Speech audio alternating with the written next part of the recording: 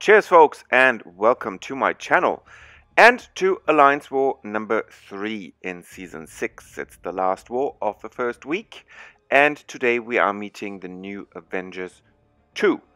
They are a top 30 alliance according to war rating. Last season they were in Platinum 2, so currently in war rating a bit better than what they placed last season. And as I said, every top 50 alliance by now has quite a tough defense and offense. It's maybe the difference of having one or two more rank 5, rank 4 champions, but you know, at the end of the day, the difference is not so huge. And today, I'm actually going again on a different path, which is nice because then I can show you some new nodes and how to fight them. And for this path, I brought Void, Corvus Glaive, and Nebula, and the path I'm talking about is path number 8. And the reason for this team I will explain along the way, because of course there's always a clear reason why I bring the champs that I'm bringing at the end of the day. So path number 8, I haven't taken it for a long time actually, but it's let's say that's probably the trickiest node on this whole path is Biohazard. So you have to make sure to have somebody who's immune, at least bleed immune, more optimally bleed and poison immune. So it starts again on the right hand side, where I usually start walking when I'm going on my beloved path 7, but also path 8 is in the same direction, and it goes here right through the middle. And as you can see on node number 5, that's the first node, there is a mutant champ. And that is actually the reason why I brought Void, because I wasn't sure if it's a Sabertooth. And you see, on this node, recovery is plus 100% more health. And also has a special lock 1 and adaptive change between physical and energy resistance. And if this is a high-ranked Sabertooth, then actually it's going to be really tough to take him down with a champ other than Void. And that's the reason why I brought Void. But you can spot Sabertooth actually if the mutant champ has a charge. But this mutant champ did not have a charge, so it was clear it was not Sabertooth. So of course I took Corvus, because with Corvus, when I knock down a mutant champion, then I get a charge, a persistent charge. So it turned out in the end to be Psylocke, and I find her pretty easy. What I always do is I try to get her to her special 1, and once she has her special 1, that's very, very easy to evade, and then you just counter directly and rinse, repeat, and in the end it was enough actually to finish her off with a special attack 1 of Corvus Glaive, and I was very happy because that meant that I had a persistent charge with Corvus.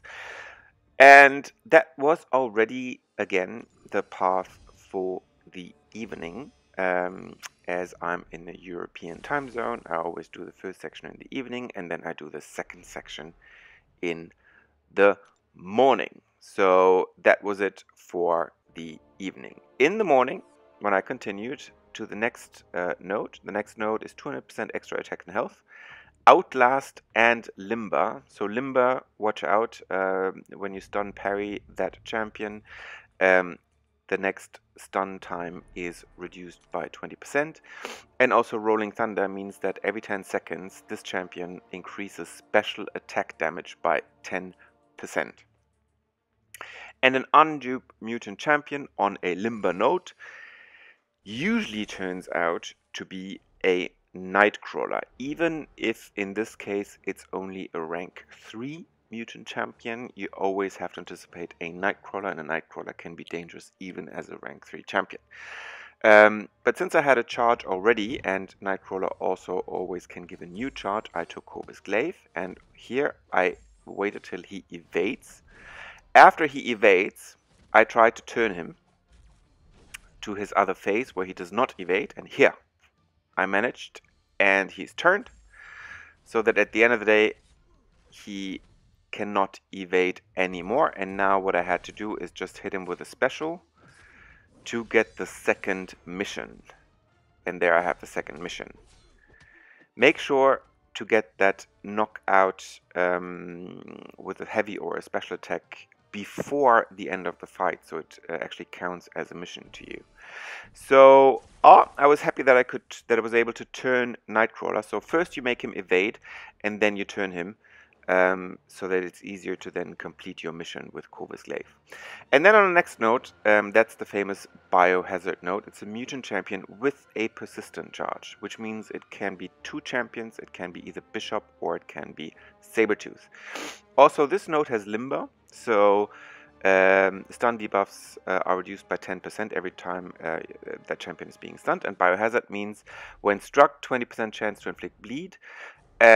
And when blocking, 50% chance to inflict poison. So you should not hit them in the block if you don't have a poison immune champ on your team. But the reason I brought Nebula, and I could have also maybe used Corvus Glaive, because he's bleed immune as long as he's got the Glaive charges. But I already had the mutant mission, so there was no point for me really in getting another mission through this champion. So in the end I said, okay, let's play it safe, let's use Nebula. And first of all, she has class advantage, and it's also turned out to be a Bishop, and she's bleed and poison immune, so she's immune to both effects on this node. The only thing is that I prefer, as it's a Limber node, I actually prefer that node, or to fight that node as if it was a stun immune. So really just let him fire off his heavies, evade his heavies, and then counter attack. Not really parry stunning him. Also, because actually now when Nebula is building electro charges, if I parry stun Bishop and then he gets shocked, he's building a lot of his power charges. So I want to avoid that. I want to avoid that he's getting any of those power charges. So I'm not going to parry stun him now. Especially not now after having like 8 of those electro charges. That would just give him mad amount of power and just finish him off easily without. It's not a problem, no timing issue whatsoever. You know, just rinse, repeat, evading his heavies and then counter-attacking and using your specials, and eventually he will be down. And since it was my last fight with Nebula, I also didn't mind that I got some scratches. But I didn't die. And then the last node is a very interesting node. It's Starburst, so you suffer degeneration proportional to champion's missing health. It's Flare, so you degenerate 100% of your health over 60 seconds, but you do 300% more damage. It's also Limber, so the stun debuffs are reduced every time by 0.2 seconds, and it's aggression regeneration. So if you don't hit the champion during 2 seconds, he or she gains a regeneration buff. So a lot of things going on that node, but usually you do a lot of damage. And you also regenerate quite a lot, so the longer the fight takes, the worse it is for you. That's why I took a regeneration boost in the beginning, and it turned out to be a Yondu. And now watch how much damage Corvus makes with his attacks. Like 30,000 with a medium attack. That's the effect of Flare. And with 6 hits, Yondu was down.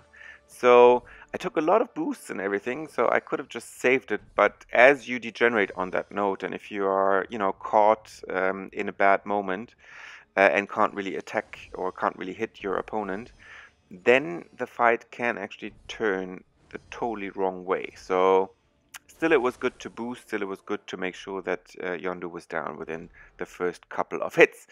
And that was already it. I mean, this time I had a short path. Last war, I was allowed to take down the final boss. This war, not even a mini boss. That's what it is. Sometimes, or we try to also swap around paths between the different beasts in my battle group. So it's everybody's turn at a certain stage to take down some mini-bosses and also the final boss. And still, what was the most successful about this war is that our battle group actually managed to end this war with 0 death. And that also contributed to the fact that we won war number 3. And now we are back to a winning streak, and I hope that this winning streak will end until end, or will last until end of the season. And now, even though it was a short video, if you liked the video, happy to give it a like. And if you are new to the channel and would like to see more war videos in the future, especially ones with longer fights, more mini bosses and boss fights, then feel free to hit the subscribe button. And I hope to see you very, very soon on my channel. Cheers, folks.